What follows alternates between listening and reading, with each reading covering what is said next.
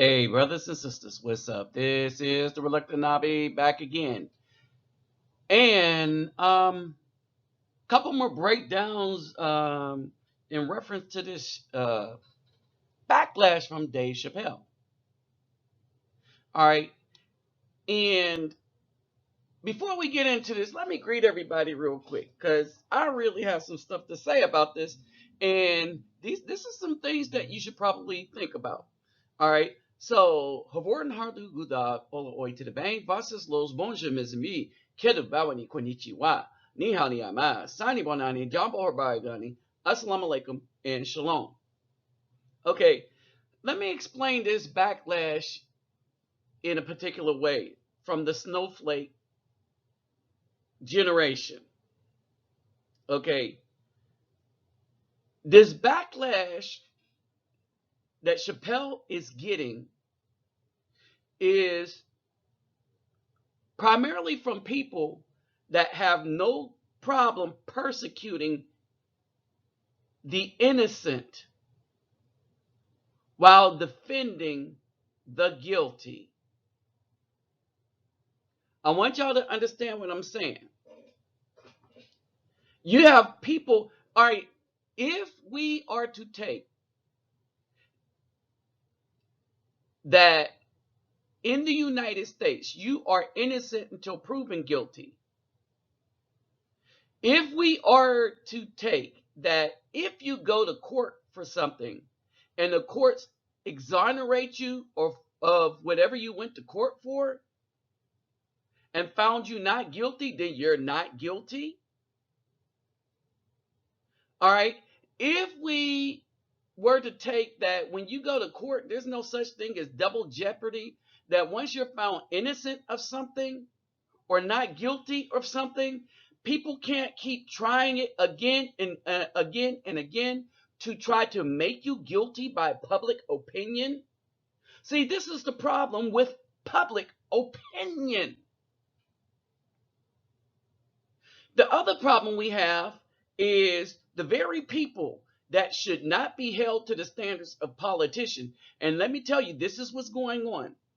People in the United States are trying to hold people to the standards of politicians.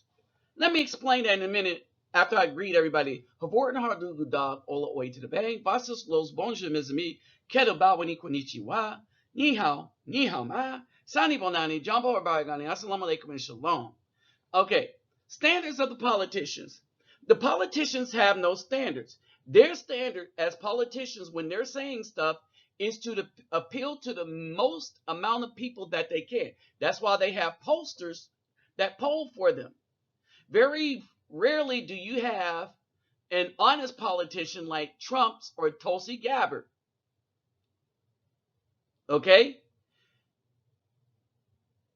Very rarely do you have those. Okay? And I would say Bernie Sanders to some extent. All right? But most of the time, politicians they curry their opinion according to which way the wind is blowing. And so what happens is the snowflake people are trying to hold comedians and people that's supposed to tell them the truth, like people that are in the spiritual job arena, that's supposed to tell you the truth, that's based on your spirit, which this should be the pastors and preachers and stuff. But see, preachers never been there. They've been the hand tools of politicians. So let's say true spiritual people, say like myself. I'm going to tell you what behaviors are destructive to human life. What behaviors are destructive to the community? Well, comedians are the same way. They tell you what's really going on, but make you laugh about it before they make you think about it. And because they made you laugh about it, they can make you think about it. So when we talk about this backlash against Dave Chappelle, because he defended Michael Jackson, a man who was found not guilty, Pretty much most of us knew he was innocent of what they were trying to do. Okay. And in the way he defended, well, Mussie Smullets, that small mullet, not to be cute, not to be cute, be confused with the achy breaky heart large mullet. All right, but not R. Kelley. I'll explain each of this defense as we move on. But first, you know what time it is. Let me remind you to get those thumbs up, like, share, subscribe. When you subscribe, click the notification bell.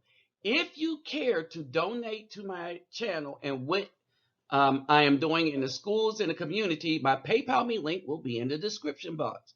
Now, again, I remind you, you take care of yourself and family first. You don't donate to anybody till you take care of yourself and family first. But if you hit the lottery, run into some boatload of cash, find some gold treasure that some pirate left, hey, think about your brother, okay? And all you got to do is click on the link and follow the thing. It takes less than 30 seconds. All right. But remember, take care of yourself and family first. So now let's get back to the. Oh, but most important, share the video. Most important, share the video. And thumbs up, y'all. Come on, just look down to the right and click that thumbs up button. It's right there to the right. Okay, especially you first 6 or 7 that the minute I put my videos up, so I know you subscribers, come on, y'all. Come on, at least in the first 30, 40 seconds when y'all looking at it, I should have a thumbs up. Please, brothers. Y'all know what time it is. All right, y'all. So anyway, let's get back to this. Let's get back to the defense, or dare I say non-defense, or the backlash and why it's happening. All right. So to preface this thing, all right, this was a Netflix special, and as I get into this, he did a promo that was narrated by Morgan Freeman, and here is the promo, all right, or part of the promo. Pay attention. This is Dave. He tells jokes for a living. Tells jokes. Hopefully, he makes people laugh. But these days, it's a high-stakes game. How did we get here, I wonder? And he goes on to say, how did we get to a point where everything is so taboo? Well, you got people made of snowflakes. They can't take anything. Standing heat, if you can't stand the heat, get out the kitchen. They don't even want to be in a cool house. All right. So let's see. Let's start with the Mussie small mullet. He uses a French name for a guy found to be guilty of setting some stuff up. All right. And to his defense, he said that a lot of the alphabet crew and the SJWs, more alphabets, primarily Caucasian people that have nothing to do with the Afro community on the left, and their cronies that came from the Afro community or the Black community on the left, was in an uproar that nobody came out in defense of Mussie Small Mullet. And the reason why, and understand, you can't even say the dude's name because people will have you banned for mentioning his name. Someone that lied set somebody up, falsely accuse an entire race of people, Caucasian males, of something. Now, I accuse them of a lot of stuff that they are guilty of, especially government. But I'm not going to sit here and accuse Caucasian males of something they're not guilty of. And if it smells like they're not guilty, and this is what Dave expresses, you have to listen to how he expresses it. So if you go and watch a special, or for those of you, as a result of my channel, went and watched the special, y'all know what I'm talking about. He said our best way to defend S-Mullet was by keeping our mouths shut. Because the Afro people knew that there was a whole hell of a lot of things wrong with that story. And Dave just really hilariously breaks down everything that was wrong with the story. The rat that the Afro people smelt as soon as we heard the story. I mean, when it first came out in the news, we was ready. But as they was explaining what happened, we was like, oh no, we gonna defend our brother by keeping our mouth shut. But see, that's the truth of the matter. A lot of us was like, no, something off here, something off a little bit with this story. Don't know what it is, but it's going to come out in a wash. That was the S-Mullet thing. All right. And the sad part is, even after people know that the story was fabricated, that he set up a whole group of people, white males, to be guilty. They're guilty of a lot of stuff. So we don't need to trump up other stuff just to get attention. I mean, they got the slavery, that's the big one. And we're talking chattel slavery, not that regular indentured servant stuff. Indentured servant slavery is what they made of the prison system by putting that in the amendment, the 13th Amendment. You see what I'm saying? Ooh, sneaky and underhanded. They're guilty of a lot of stuff. They owe us reparations. Oh, they owe us big time. So they're guilty of a lot. So we don't need to trump up stuff that they're not guilty of, because that's just unjust. See, we believe in justice as a people. And when we saw the thing that we saw S-Mullet do, we was like, we don't care if he did it to Caucasian males or not. It's unjust. That's who we are as a people. Dave in his special expressed that. Now, back to the celebrity thing. We all believe that Bill Cosby was set up because, well, Dave grew up in the 70s. We all, and those of us that understand history, knew what was going on in the 70s. In the 70s, everybody was doing, to include all these women. And even with the woman that they got to finally incarcerate the man, they allowed her to change her story and tweak it 6 times for a hostile prosecutor, governor, and everybody trying to stop Bill Cosby from buying NBC. That's what that was about. So the Afro people know this. The Caucasian people who never believed in justice don't care. They're going to be like, well, no. Don't care about justice.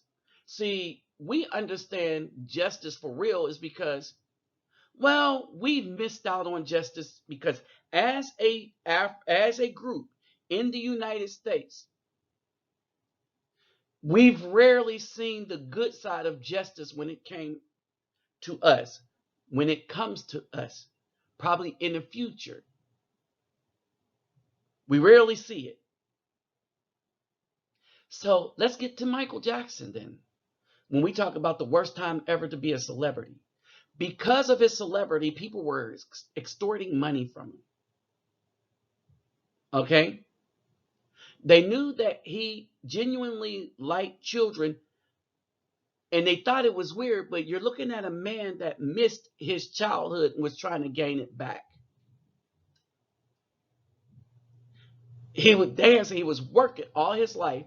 So all the things he wanted to do as a child, he did. One of the reasons why I wear my hair in braids in the afro, because when I was a child, my hair was never no one ever took care of my hair enough for me to look like the Jacksons, the Jackson 5. I wanted an afro, always wanted an afro. I wanted to look like Jim Kelley, 3 the hard way. You know, I wanted to look like my favorite kung fu stars at the time, Black Belt Jones and all of that. I was a child, but nobody really took care of me. When I went to the orphanage, they always cut our hair. All right. So I get out, age out almost, but I get out, I'm in the streets. So I can't take care of my own hair now because I'm in the streets. All right. Still want that afro. Ain't nobody look after me but me. Ain't nobody to, and so then I was like, oh well, still wanted the afro. But at the time though, the Jerry curl was out. Kind of wanted the Jerry curl, you know. Couldn't get that good either because there was nobody to show me how to do these things. Then I joined the Army. The whole time I was in the Army, you know, you can't have a fro. And this was back when the Army had standards. And now that they allowed a lot of women in, women came and just shot all kind of holes in standards. So the Army rarely has any standards now. It's a political wing. All right. The women can do whatever they want, anything that they want. They only have standards for the men. Not really anything for how women want to dress. Really. Army has lost its appeal for most people because it lacks the standards that it was an entity separate from the community, separate from the regular people. You don't go to join the Army to maintain the life that you had as a person because a soldier is a different life. But people didn't want to be soldiers. When the women got there, they saw it as a job, an opportunity for advancement and an easy job that you could get. It's just a job with little more risk than a regular job, but it was easier. All right. So that was the thing.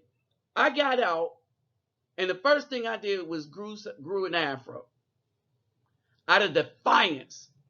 I guess I just had that defiant spirit against somebody not wanting me to be afro. I was called all kind of names because I was really dark in the orphanage. You know, the N words on a daily basis, right? And so, you know, I could take some names, I could dish them out. Got into fights, I could fight back. All right. My stepfather taught me how to fight. That's when I started learning kung fu and karate, as he said. I started learning about science and stuff like this. All right. And so when I get a moment where I can do what I wanted to do, I found out something.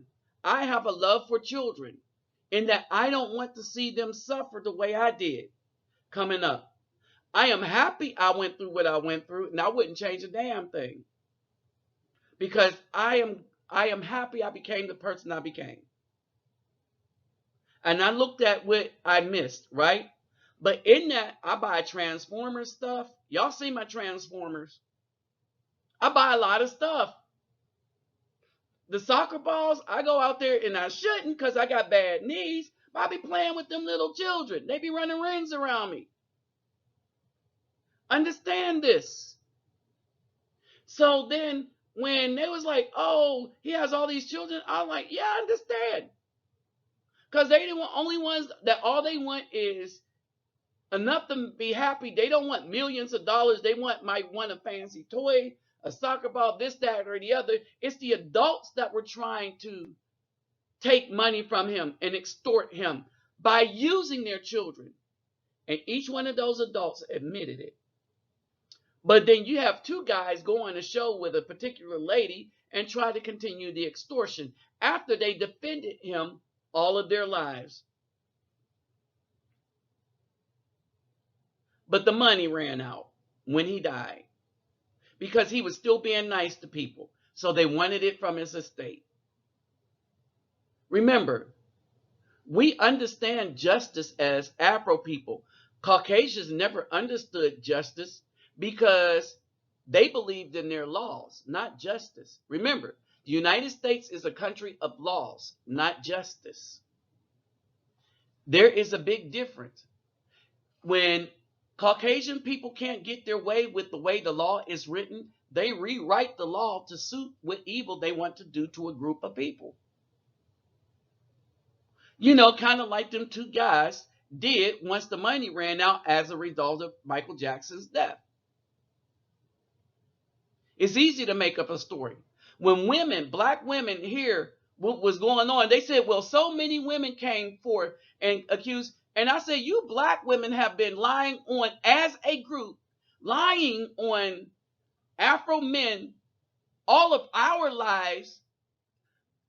And we didn't find out until social media came out that no, you were intentionally picking the thugs and you were dissing the majority of good men. Understand that. So just because I pointed this out to a woman that, well, you had all these people. I said, at one point, all the people believed the earth was flat. And they persecuted anybody that discovered that it was round. And locked them up. She started thinking it was a woman from Africa.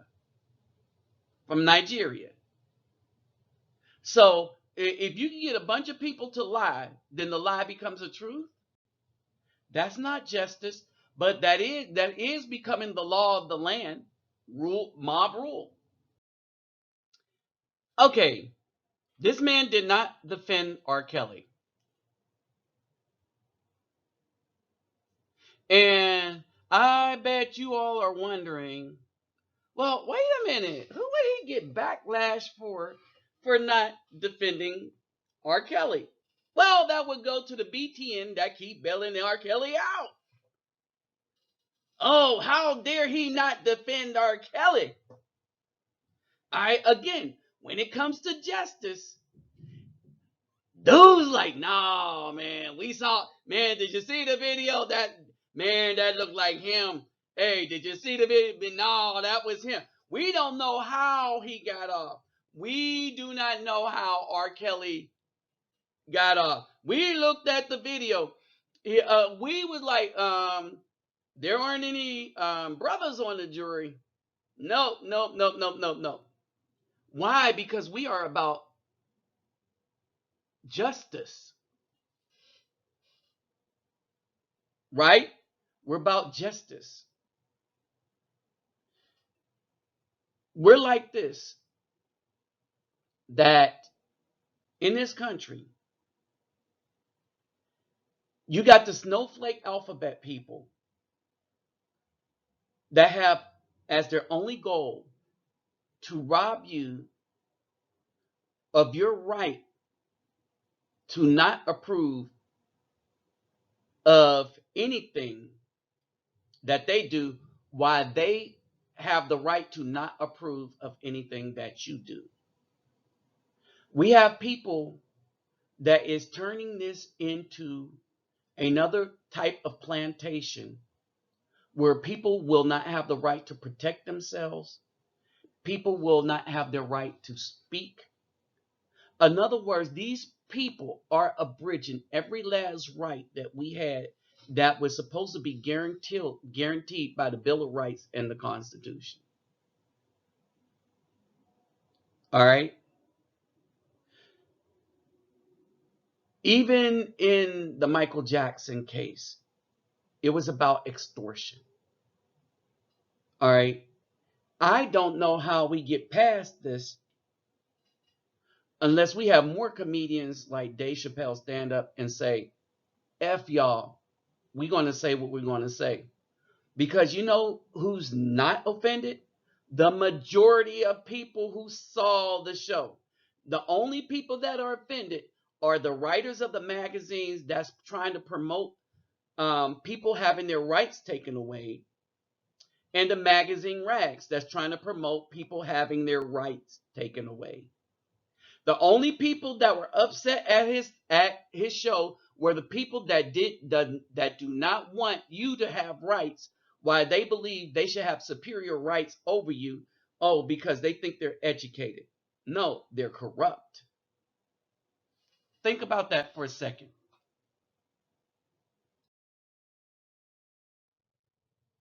At the end of the day, none of these songs, anthems, or this flag ever meant any good for Afro people when it comes to justice. All right? Land of the free, home of the brave? No. Land for the greedy to make a home for slaves. Or better yet, no home for slaves. Because that's what the left wants you to give up all your rights, your right to defend yourself, your right to even speak publicly about what you think about certain things. They want all the rights to do whatever they want to do, say whatever they want to do. And they want to curtail your rights to have a problem with that. That's a slave that's not allowed to say anything. And that's what the right or the left, this is what the left, this is the kind of country the left is building. A land of slaves. Slaves to curtailed speech and slaves to their whims. With that said, I'm out.